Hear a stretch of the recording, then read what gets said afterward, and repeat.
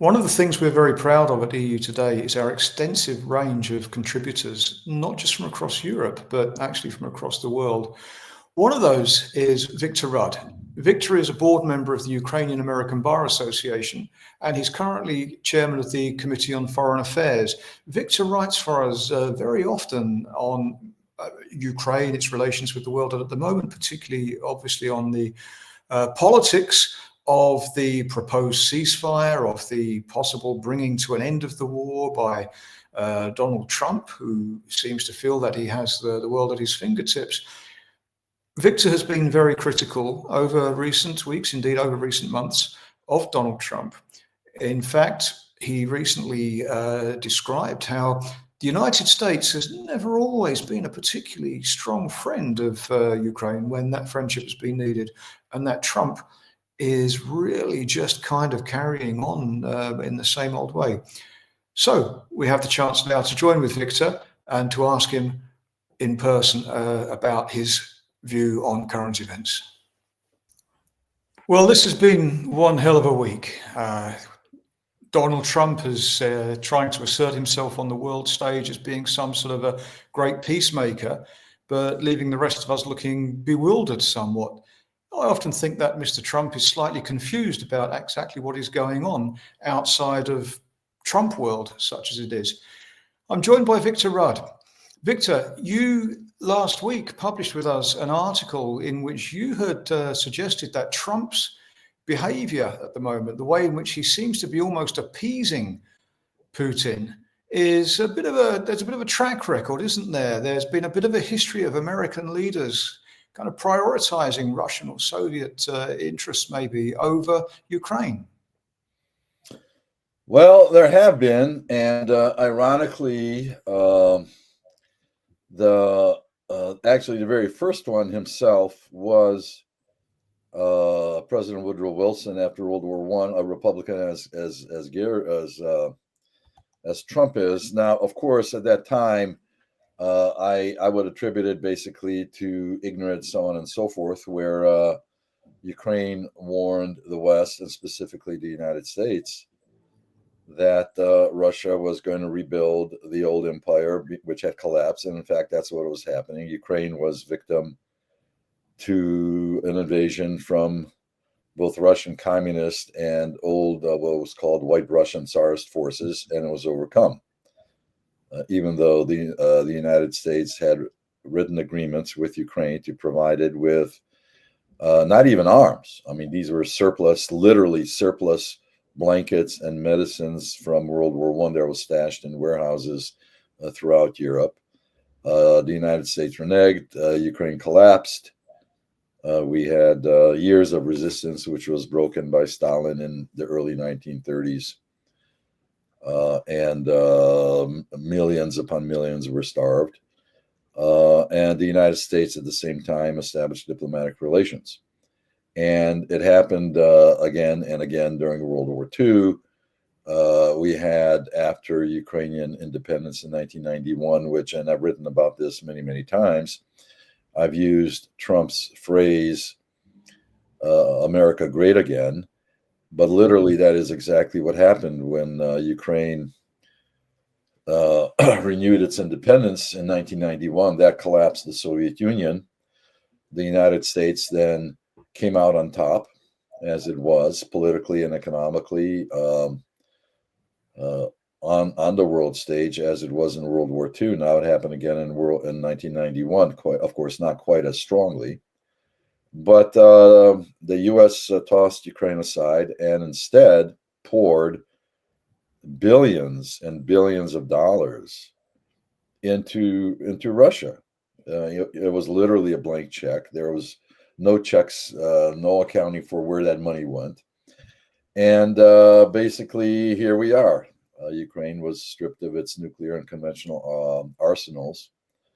So here we are. With Trump taking the position, literally every single position that Putin wanted. But it's not only, Gary, vis-a-vis Ukraine. It's very, very specifically vis-a-vis America's role in the world. the shattering of NATO. It is an across-the-board evisceration of the entirety of what the 20th century was all about and what the nations of the world, the good guys, fought for in World War I, World War II. That's being gutted in one fell stroke. And this isn't spontaneous. I mean, you can see with the speed and the regularity, the systematic nature of it all, that this was put in place a long time ago. And Trump's emissaries, they're all reading from a script. Pete Hegseth, the defense secretary, Mark Rubio, stunningly, very, very disappointingly, the secretary of state, they're all just reading from a script. They're mouthing words. So we're in for some absolutely horrific times. Europe is not prepared. Oh, Europe has been unprepared for some Yes. decades. Yeah, Europe denuded itself when the Soviet Union collapsed. Yeah. Trump is trying to present himself as a peacemaker. Okay, every politician, every world leader is going to want to be seen that way. But he's already talking about the Nobel Peace Prize he's going to win. I mean, there's touches of megalomania here, are there not? Oh, yeah. He's called himself a king. He has on his social media page said that saving the nation is never illegal. He has been portrayed by, I think it was Time Magazine, or was it The Economist, I think, with a king on his head. A king, right? A crown on his head. Well, look, megalomania, narcissism to the nth degree. These are human weaknesses that are sniffed out, identified by, and I'll just use the term KGB for shorthand instead of talking about NKVD, Chekhov, GPU, FSB, so on and so forth. Let's just talk about it as the KGB. Their recruitment of individuals is always on the strength of a very, very acute sense of human psychology. They are masters at it. And you don't have to push a Soviet, Russian, Moscow, Kremlin agenda to be literally an agent. Somebody gives you instructions, directions, you report back, you have dead drops, coded transmissions. You can be an asset that is guided onto the proper railroad track and nudged here and there, and you're pulling a train that has been loaded with all of the demands and the requirements that Moscow wants.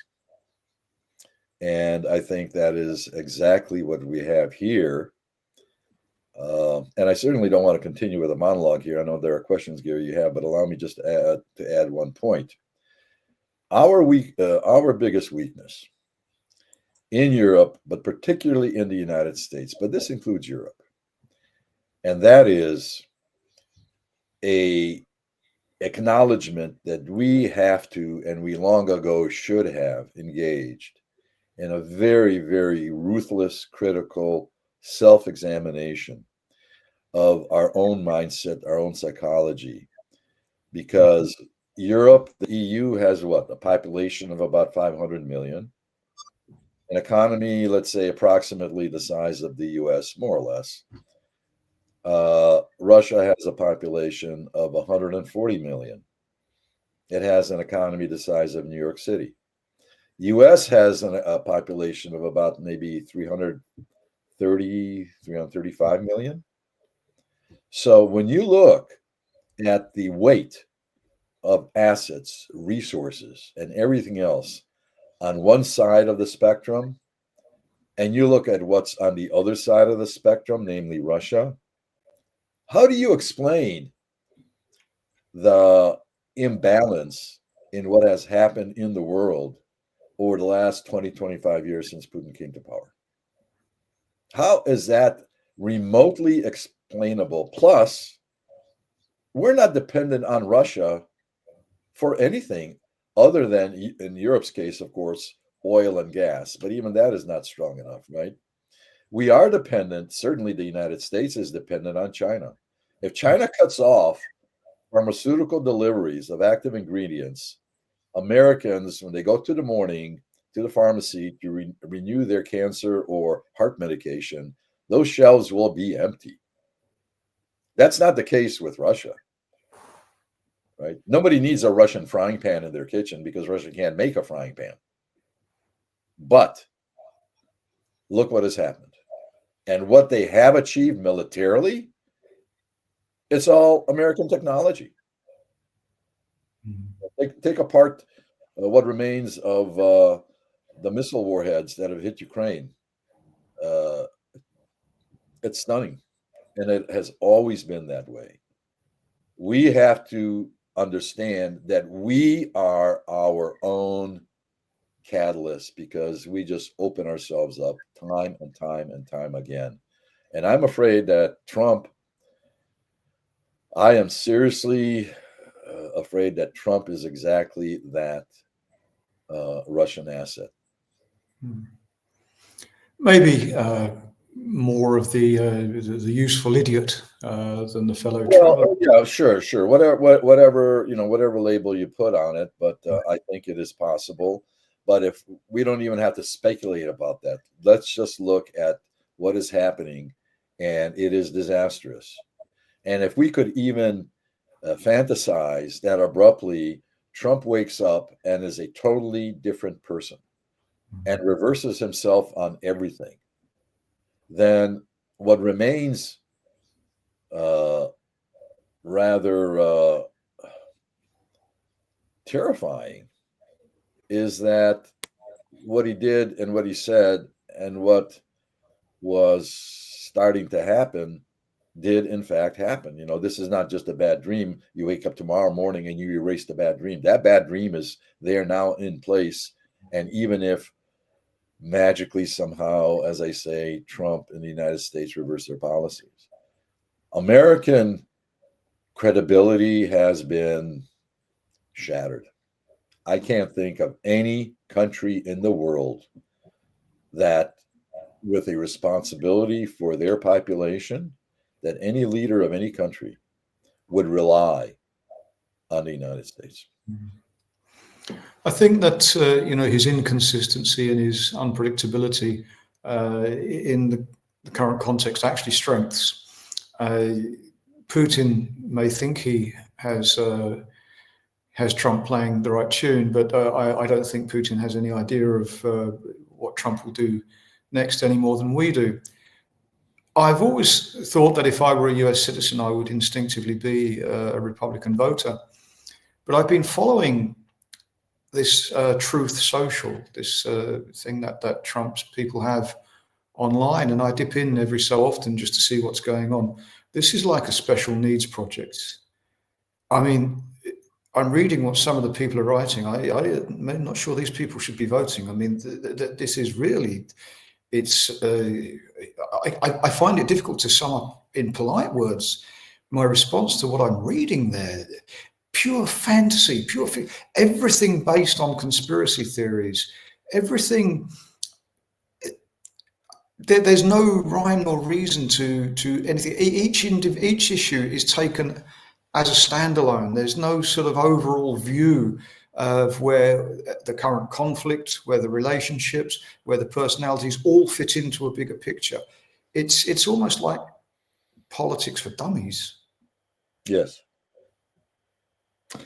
Sadly enough, we have, as I've said, and I'm not, almost everybody has observed this who comes to visit the United States as a tourist, or even without having to visit the United States, the imagery, the understanding of Americans as being, unfortunately, bereft of any understanding of geography, history, and the consequences of it. I mean, I speak to my fellow Americans, I kid you not, who don't know the difference between Austria and Australia. They think Austria is just a shortened sort of nickname for Australia.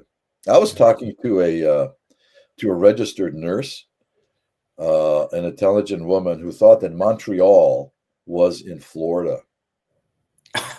Now, you take that background, it doesn't take a lot to feed whatever you want into into that brain of these kind of people. And okay, we can say, well, you've been isolated and insulated from world affairs by two oceans throughout your life and watching, Monday Night Football and criticizing beer commercials. But at a certain point in time, even children grow up and learn from their experience, and they grow up to become adults. We, in particular, never have. I'm surprised that some people in Europe have forgotten the history and what they went through for generations and haven't extrapolated the lessons for it.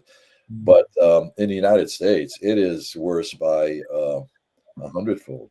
And you mentioned Truth Social. Well, the counterpart, not the counterpart, but the companion to that is a news network called Fox News, which is ultra-right Republican. And last night I was listening to a clip where they were criticizing Zelensky for what they said attacking Trump and America. No, they said Trump. They said Zelensky, if I recall correctly, it struck me. Zelensky said that Trump and America are delusory or something to that effect.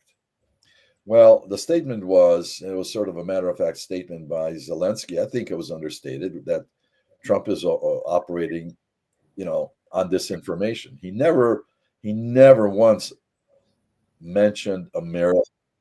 It was just Trump, but Fox just ratchets it up. So,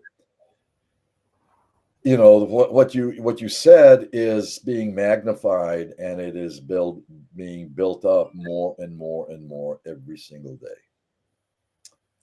So we're in hard straits, and what I'm afraid of as well is J.D. Vance, of course, criticized Europe. I think it was horrific what he did, but listen to the illogic of it, and it so perfectly tracks the fact that Russian and Soviet propaganda doesn't care if something is illogical and inconsistent. They'll do and say anything, forget about the logic, as long as it has an effect. If Vance, as a representative of the American far right, together with Trump, is criticizing Europe for restrictions on freedom of speech and the like and activity by the far right, call it a rising neo-Nazi party in Germany. And maybe that may be too extreme, but it is a party that is closer to views of J.D. Vance and the right-wing Republicans. If that's the criticism, right? Well, then shouldn't you be supporting Ukraine? Because aren't Ukrainians all Nazis, as Putin says, right? If Trump is going to go to Moscow for World War II celebrations in May, and that was the defeat of the Nazis, and Russia is fighting against Nazis in Ukraine, then how is that consistent with the fact that Vance and Trump and the MAGA movement itself represents the far right? So you see the chasm between what they say and what's done and represented, but it doesn't matter as long as it pushes a certain agenda in a certain direction.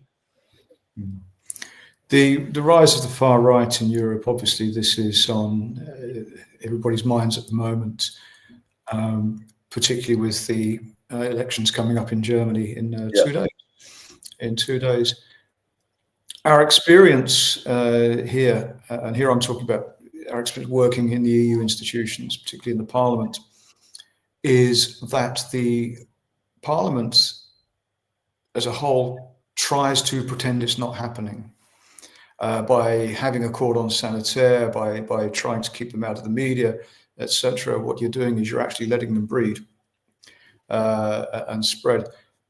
I've spoken to politicians of many of these far-right parties. Some I actually know reasonably well, and they will deny that there's been any connection with Russia, that there's been any, influence, any money taken, when we can present a lot of evidence to the contrary. We can see how this began, this courting began, actually. I believe it was around about 2003, we heard from the British National Party in London that they wanted to be a part of a pan-European political party. Very similar to what happens in the European Union, in the institutions, where you will get socialists from all the various countries, or all of the conservatives. They will come together and they will form a pan-European political party. We have the Socialists and Democrats, we have the European Conservatives and Reformists, the European People's Party, and Renew Europe and many others. But this is what they wanted to create. Nick Griffin, who was then the leader of the British National Party, was promoting this in the UK. He was subsequently to find that he had the resources to get himself elected to the European Parliament here 5 years later, 6 years later. There's a coincidence. Where does this party, when it began to form, where would it have its meetings? Where would they come together? It's pan-European. They came together in St. Petersburg. And they continue to meet in St. Petersburg. And then they say, there is no Russian influence over our party. There is no Russian funding over our party. And yet the fact that these politicians I'm talking about will travel regularly to fake elections in the Donbass, in Crimea, and will then come back and report how everything was absolutely fair, everything was absolutely free. And yet we're supposed to believe that there's no Russian influence over these parties. I'd welcome your thoughts on that. Well, let me start off with a summary, and the summary is a Russian saying, which translates into English roughly as use foreign hands to rake out the coals. Russia is a past master of operating and using other avenues and other people and other mechanisms. When we had the attempt on Pope John, the assassination attempt, you'll remember it wasn't a Russian agent. It wasn't even a Bulgarian agent, because this was done by the KGB through the Bulgarian KGB that eventually recruited a Turk. Absolutely. Okay. Yeah. That is the way it always works.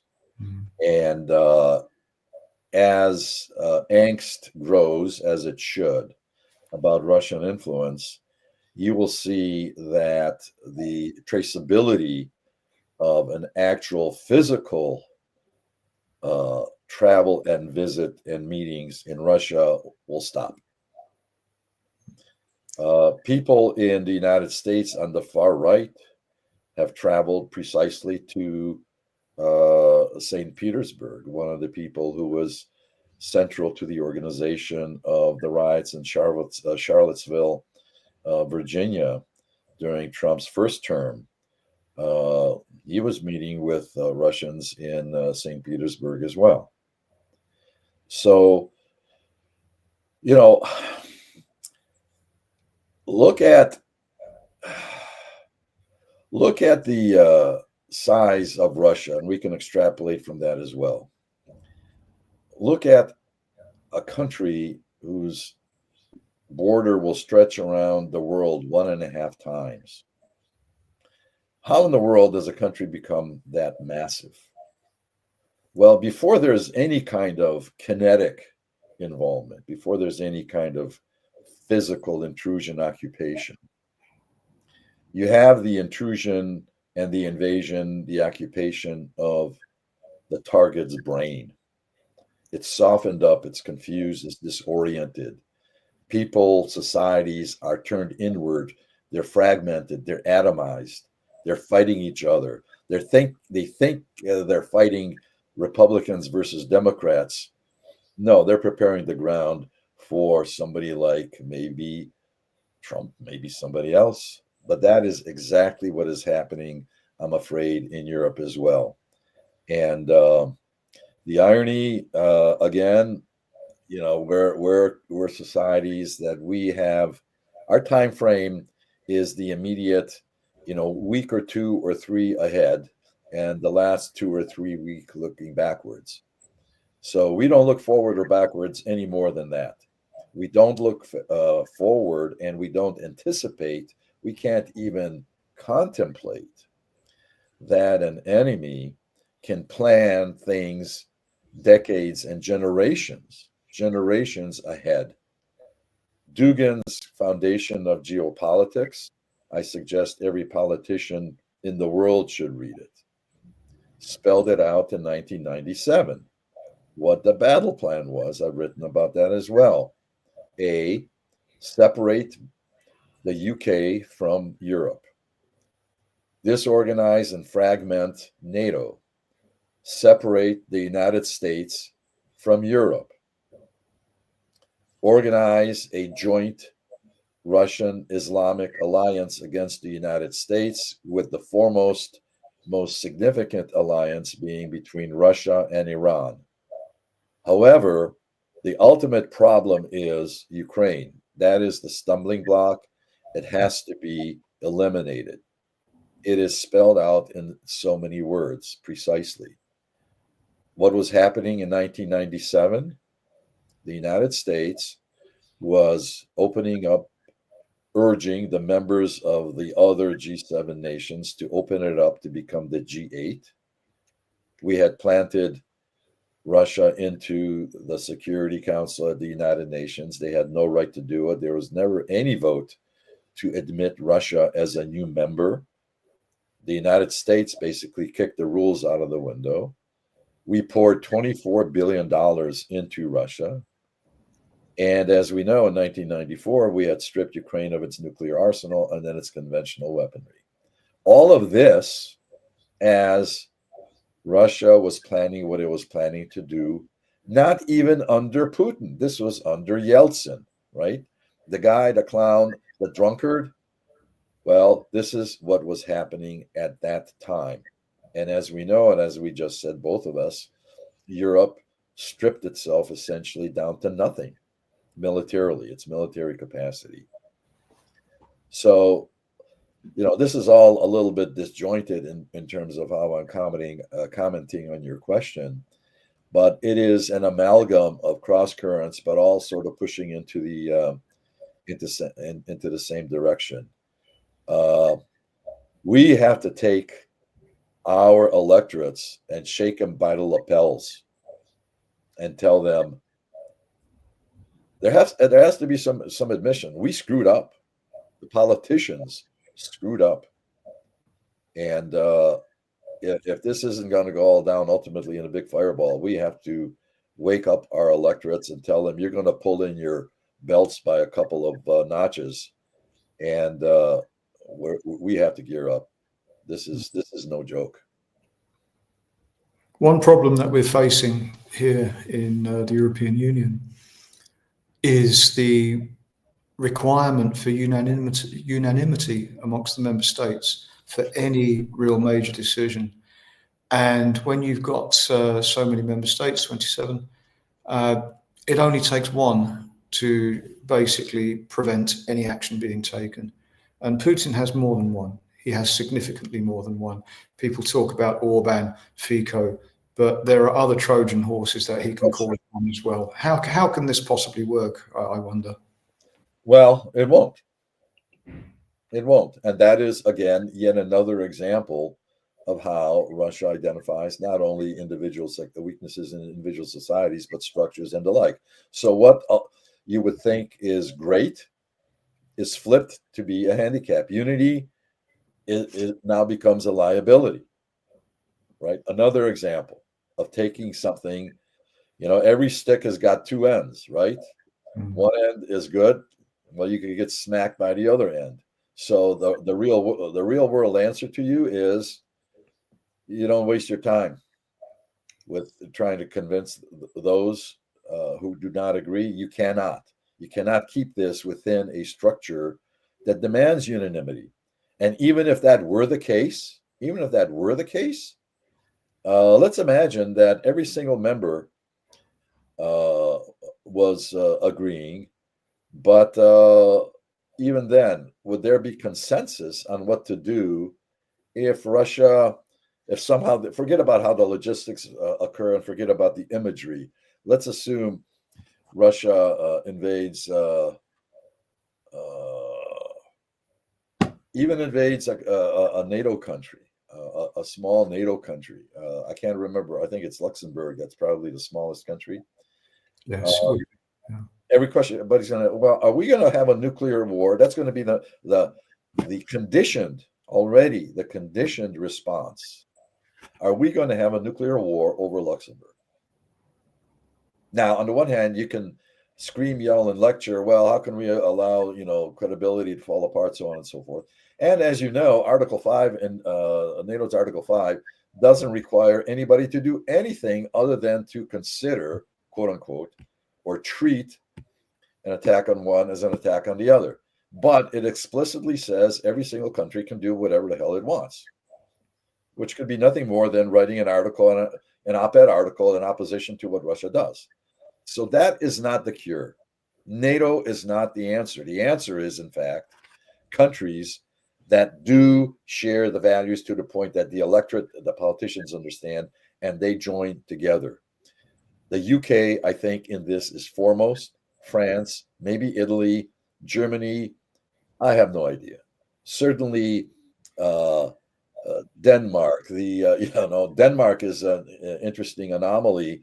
I always scratch my head about how clear-sighted they have been. Forget about the demands on Greenland, but that part aside, Denmark has been incredibly, stunningly supportive of Ukraine with not just words but actual aid. So I would put Denmark in there. The Baltic countries, of course. I mean, the Nordic countries. They know, they understand, and of course. Poland, the Czech Republic, Romania, Bulgaria. I don't know, but I think Bulgaria as well. So there is a lot of, I think, a lot of prospect for it. And that is what I would focus on, quite honestly. I think that the weakness of Europe has actually been exposed quite starkly over the last week or two with, first of all, the Munich Security Conference and this farcical vanity project of Macron's with the meeting in Paris, where I think he wanted to end his career going out in a little bit of a blaze of glory by bringing everybody together and presenting a unified front. This was not his finest hour, was it? I mean, nothing came out of this. And both of those events that I mentioned, of course, being outside of the competence of the European Commission, which is the executive of the EU. So we're seeing now here quite a significant fragmentation. Instead of one kind of concerted, one unified approach to this, we're seeing it's falling apart here in Europe. No question. Oh, yes, it is. And unfortunately, whilst we might have thought that the UK might take a bit more of a lead on this because our armed forces are not really bound by decisions taken in the European Commission. They're taken by they're bound by decisions taken in Westminster. We have what can best be described as a lame duck government. It seems to be a government that reacts only to headlines. There is no consistency. It is a government that is, I was described as a bunch of former student activists, because when you look at the people on Keir Starmer's front bench, that's what they are. They're a bunch of former student activists, and our armed forces have been pared to the bone. Oh, yes. No, there's into the bone marrow already. I think that it's not even sinking in amongst the British people. It's something that a lot of us have been trying to raise for some years. Now it's being put into the public. Britain has no air defenses. There are no missile defenses. Nothing. Zero. We have 6 destroyers that have very good anti-missile defenses. But of those 6, a maximum of 2 will be operational at any one time because there's not the money and there are no crews. Yeah. We have 4 nuclear submarines, 4 nuclear missile submarines, 2 crews. However, I'll tell you something else. What a country has is not the predicate for everything that's necessary. The predicate for everything is understanding and will. The United States had everything that anybody could ever want after World War II. And what happened? It happened again. We had everything necessary in 1991 when the Soviet Union fell apart, when America was great again, as I say. And what did we allow to happen? Look at the slide. Look where we are now after that, right? We had all the missiles. We still have them. Well, so what? Deterrence does not depend on capability. It depends on will and ultimately the belief by your enemy capability. And of course, the best thing to make him believe you have the capability is to have it. But the predicate, the first thing is will. And here's the issue for Putin. The issue for Putin right now is, should he accelerate the assassinations, the physical disruption of individual European societies, the threats, the intimidation, assassination, death threats against politicians, industry leaders, key industry leaders like Rheinmetall in Germany. No, it wasn't Rheinmetall. It was, or was it? No, it wasn't Rheinmetall. Was it in Germany? The CEO that was that there was an assassination plot. I think you might be right. I think you might be correct. But in any event, or former head. Yeah. No, it was the existing CEO. So do you do that in order to further atomize European societies and paralyze them? Or would that backfire and actually start waking people up and they would understand what the real threat is? My bet is on the former one, because the identification of these events, of the people doing this, is going to be very well camouflaged and concealed. It's going to be Maskirovka. It's going to be a false flag operation. It's going to be, it's my neighbor John Doe doing it to me and not Russia. So I think that the risk that Putin could face of this being tied into Russia and the like, and therefore catalyzing people to stand up and stiffen their spine, I think that's I don't think that risk is as great. If it is, if people start identifying these events, which I believe will occur, well, they are occurring. I think they're going to accelerate.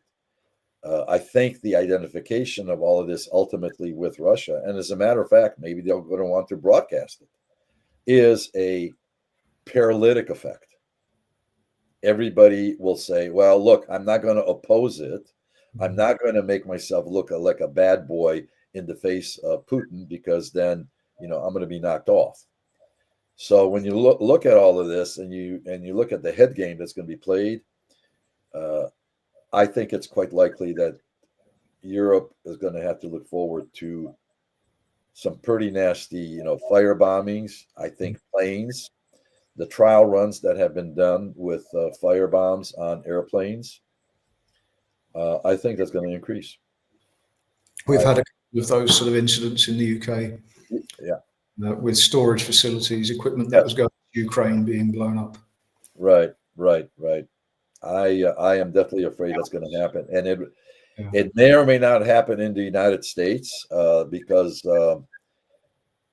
there already is a bit of a uptick, and it's even maybe more than an uptick in polled polling results of Americans who are expressing concern about the way Trump is operating as a battering ram in the United States and taking apart programs and the like. But it's all very narrow, parochially focused on, well, am I going to lose my Social Security payments, so on and so forth.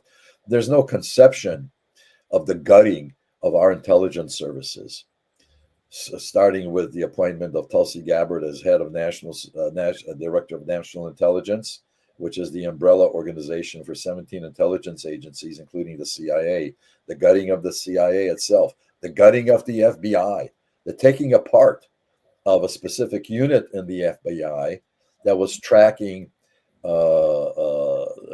Russian disinformation activity in the United States. What does that tell you? Yeah, I think it's that maybe it's something that's almost impossible to believe. So maybe people know this cannot be true. It can't be true. But you're quite correct, Victor. It is true. It is happening. Well, it's like Hitler, but Hitler was a novice.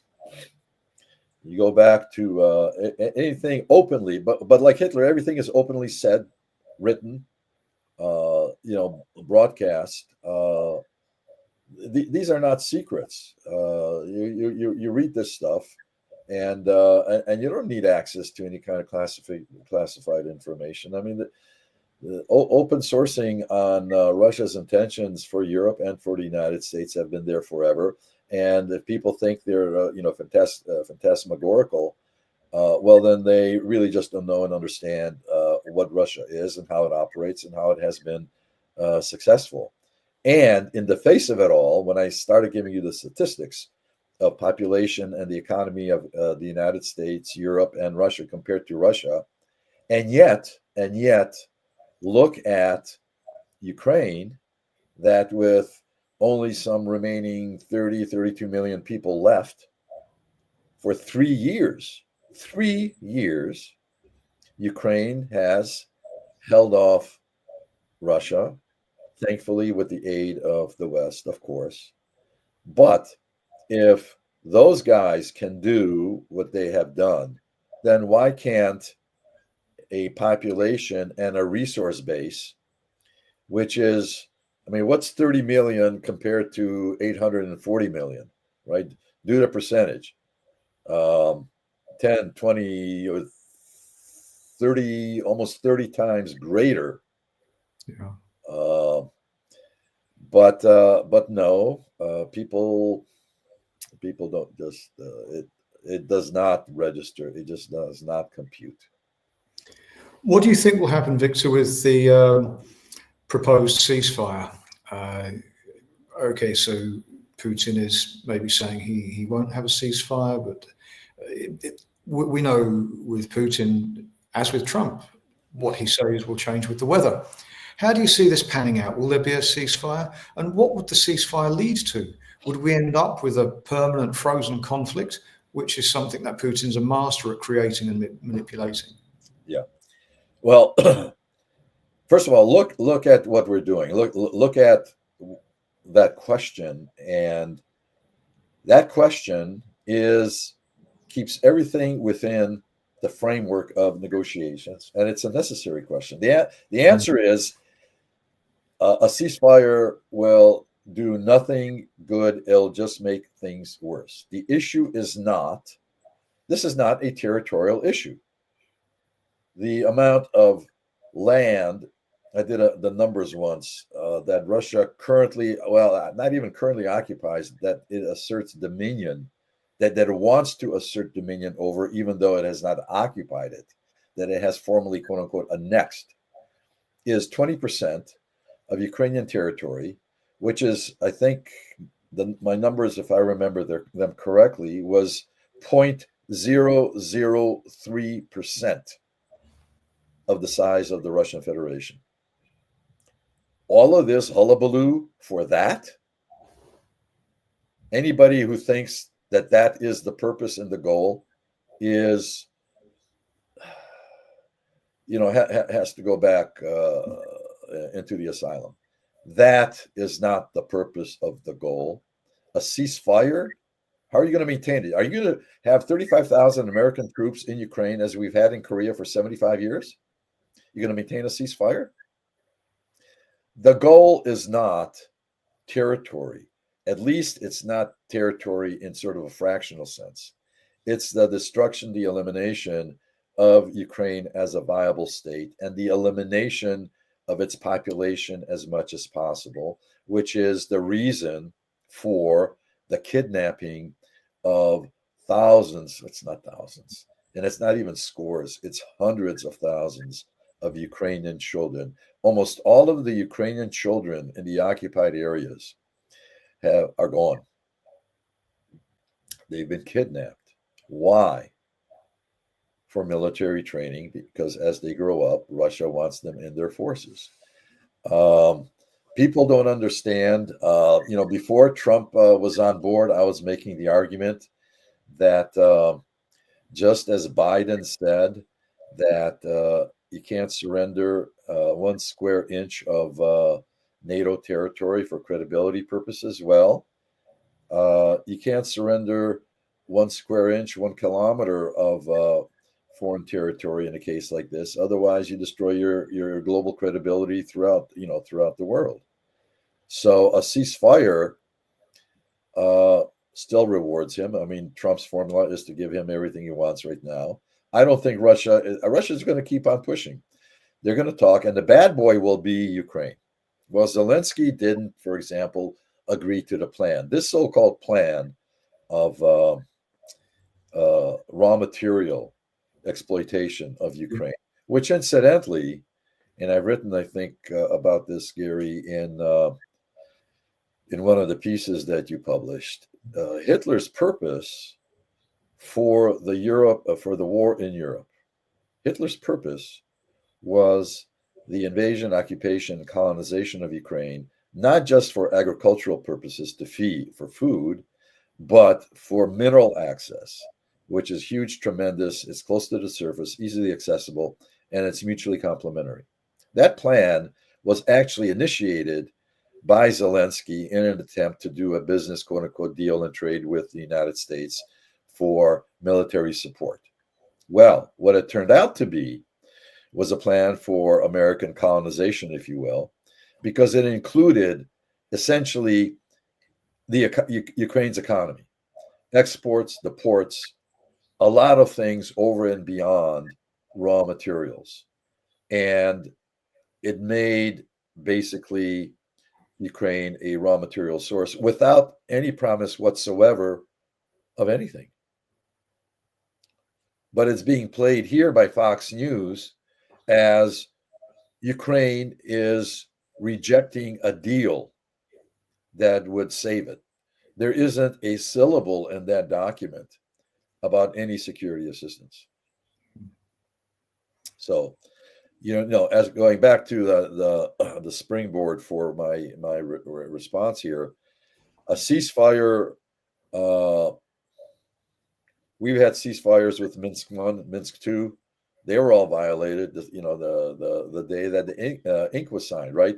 And remember, that was already with the surrender of the Crimean Peninsula, the annexation. And I will add that with the annexation of the Crimean Peninsula, Russia now ruled both the territorial waters and the exclusive economic zone in the Black Sea that was owned by Ukraine and is the size of South Korea. If you want to give somebody who is, geographically handicapped, mention to him that the waters off of the Crimean Peninsula are the size of South Korea, and that those have tremendous raw materials as well. So a ceasefire, no, we should not be negotiating. I would agree with you on that. Pardon me? I would agree with you. What are you going to negotiate? Everything has been negotiated with. Yeah. We've had The U.S., Russia, the United States, Europe, 170 odd countries have agreed many, many times through the decades on every single issue that would come up in these negotiations. Every single one, from invasion to reparation to war crimes to, there should be a buffer zone on the other side of the Ukrainian-Russian border, right? There shouldn't be a buffer zone on the Ukrainian side. What kind of thinking is that? What's the messaging when you start framing things like that? We have moved so far away from what should have been done from step one in 2014. And if Europe fell asleep, which it did, and so did the United States, we had Malaysia flight MH17 that was shot down in July of 2014. Did I say 17 before? No, I meant 2014. MH17. Well, Europe woke up and got a little nervous with that airline being blown out of the sky by the Russians. America didn't, they didn't bat an eyelash. But what has happened? Has there been any punishment, anything directed against the criminal for the murder of almost 300 people? Nothing. What can we expect? If we had moved in as we should have and, stopped it, moved it, prevented it, we wouldn't be here today. But we are now. And if we think it is bad now, if we don't take that position now, then moving forward, there going to be no return. Why? Because we're not going to be dealing with that point with Russia anymore. At that point, we will have catalyzed North Korea, China, and Iran to the point that you're not going to be able to sweet talk them to the negotiation table. And if this all sounds alarmist, it is. Does alarmist mean it's fantasy? No. I've studied this the entirety of my life, and I have